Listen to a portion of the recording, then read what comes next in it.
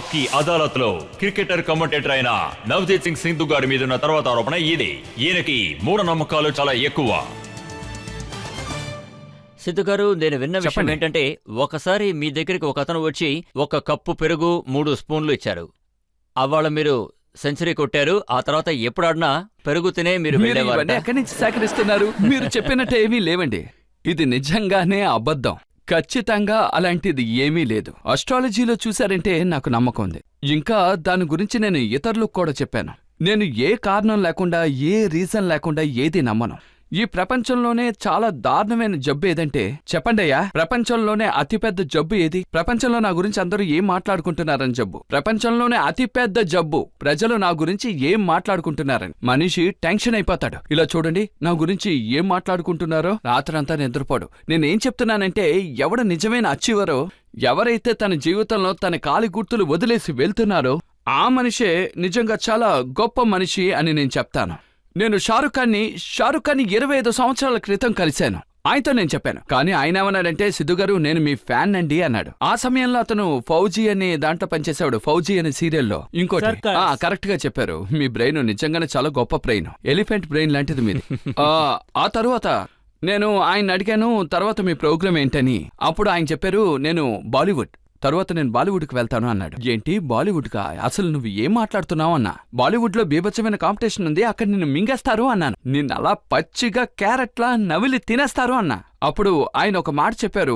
ఆ మాట ఇప్పటికీ నాకు బాగా గుర్తుంది. నిజంగానే చాలా గొప్ప మాట చెప్పారు. సార్, నేను ఎవరికి పోటీ కాదు, నాకు నేనే పోటీ పడతాను అన్నాడు. మైసెల్ఫ్ అన్నాడు. ఇంకా నన్ను నేను చెక్కుకోవాలనుకుంటున్నాను, మిగతా వాళ్ళలాగా నేను మారకూడదు అనుకుంటున్నాను అన్నాడు. ఇప్పుడున్న వాళ్ళ మెంటాలిటీ ఎలా ఉందంటే, ఒకరు మారుతిలో వెళ్తున్నారు చుక్కు చుక్కు చుక్కు చుక్కు చుక్కు అంటూ, వెంటనే బెంచ్ వెళ్ళిందనుకోండి, మన బుద్ధి ఎలా ఉంటుంది? వాడికి యాక్సిడెంట్ అవ్వాలి, ఉన్న వాళ్ళందరూ పోవాలి, దారుణమైన బుద్ధి ఉంటుంది. ఒకవేళ అతను తపస్సు చేసి భగవంతుడు ప్రత్యక్షమైతే, భక్తా నేను నీకేమిచ్చానో నీ పక్కింటి వాడికి నేను డబ్బులుగా ఇస్తున్నానని చెప్తే వీడు అడుగుతాడు, తపస్సు చేసింది నేను, ఫలితం పక్కింటోడికా అంటాడు. భగవంతుడా అయితే నాకు కన్ను తీసేయండి, నాకొకటి పోతే వాడికి 2 పోతాయి కదా అంటాడు.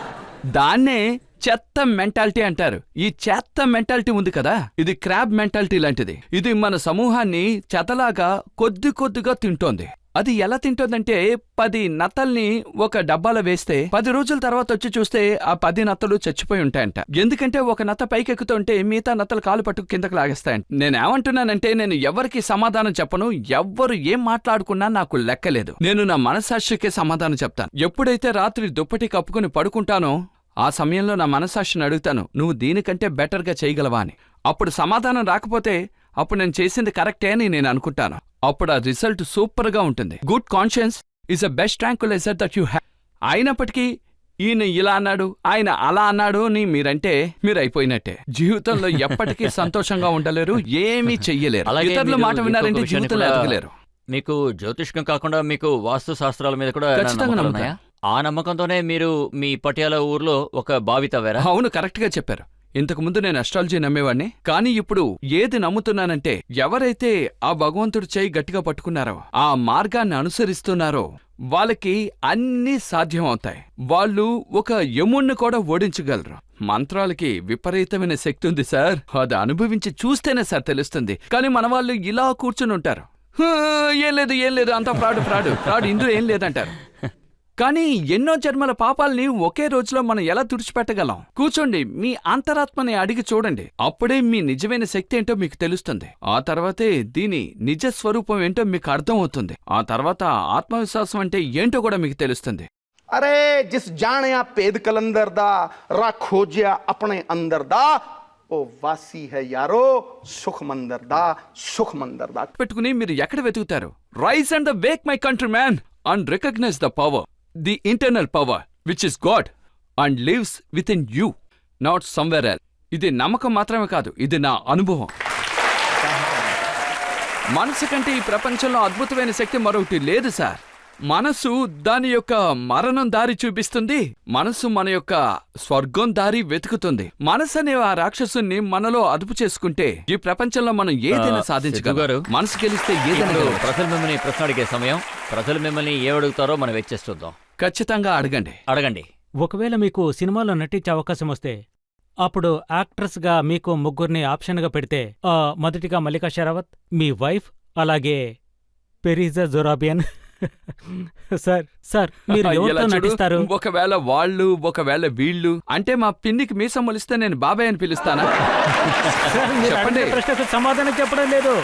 నేను అడిగిన దానికి సమాధానం చెప్పండి. సార్ దయచేసి మా ప్రశ్నకు సమాధానం ఎలా చెప్పండి. ఇరికించానో చూసారా? వాళ్ళు ఏం తెలుసుకోవాలనుకుంటున్నారంటే మీకు సినిమాలో నటించే ఆ ఛాన్స్ వస్తే ఎవరితో నటిస్తారు? అంటే ఇది ఒకవేళ అవకాశం వస్తేనే కదా. అప్పుడు ఏ అవకాశం వస్తే అది చూసుకుందాం. ఇది ఎలాంటి విషయం అంటే కుక్క పెళ్లి ప్రేమించుకున్నట్టు, అది ఎప్పటికీ జరగదు కదండి. ఎప్పుడు నటులు ముందుకొస్తారో అలాంటి ఆఫర్ ఎప్పుడొస్తుందో అప్పుడు చూసుకుందాం. ఇప్పుడు ఇది చీకట్లో బాణాలు వదిలినట్టు. సార్ దయచేసి చెప్పండి సార్. నన్ను అది కాదు సార్, ఇరికించకండి. మీరు- ఒకరికి సమాధానం చెప్తే ఇంకొకరు కోపడతారు కదా. ఇంకేదైనా అడగండి. ఇలాంటి ప్రశ్నలు అడిగితే ఎలా? ఆ? నేను ఆలోచించి చెప్పాలి కదా. మీరు ఇంటికి వెళ్ళినప్పుడు, ఇంట్లో కూర్చున్న తర్వాత మీ భార్యతో మాట్లాడుతున్నప్పుడు ఏదో ఒక విషయం గురించి అప్పుడు మీరే మాట్లాడతారా లేదంటే మీ వైఫే మాట్లాడతారా? అరే తమ్ముడు, ప్రతి మగవాడి విజయం వెనక ఒక ఆడది ఉంటుంది అంటారు. ఏంటి నువ్వు చేసేసావా? ఏంటి చేసేసావా?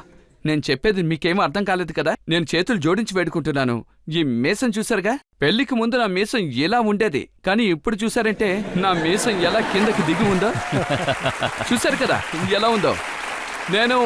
నేను బయట ఉండేటప్పుడు ఎలా ఉంటాను? సింహంలాగా గర్జిస్తా. शेरों को आजादी है, आजादी के पाबंद रहें, जिसको चाहें चीरें फाड़े, खाएं पिएं आनंद करें.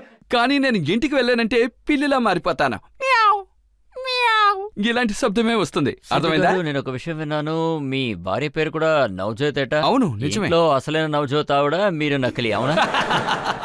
మీరు సరిగ్గా చెప్పారు సార్. ఈ విషయం నేను ఒప్పుకుంటున్నాను. తనే ఇంట్లో హెడ్ మాస్టర్, తనే ఇంట్లో రింగ్ మాస్టర్. తను ఎలా అయితే చేయి చూపిస్తుందో నేను ఆ మార్గంలో వెళ్తూ ఉంటాను. ఇంకా మరొక ముఖ్యమైన విషయం ఏంటంటే, తను ఇంట్లో అడుగు పెట్టినప్పటి నుంచి నాకు ఎదుగుదలే. తన వల్లే, తన పూజ పునస్కారాల వల్లే, తన సపోర్ట్ వల్లే, తన శక్తి వల్లే నేను ఈ రోజు ఈ స్టేజ్లో ఉన్నాను. ఇందులో సగం వంతు మా నాన్నదంటే సగం వంతు తందని చెప్పొచ్చు. అందులో ఎటు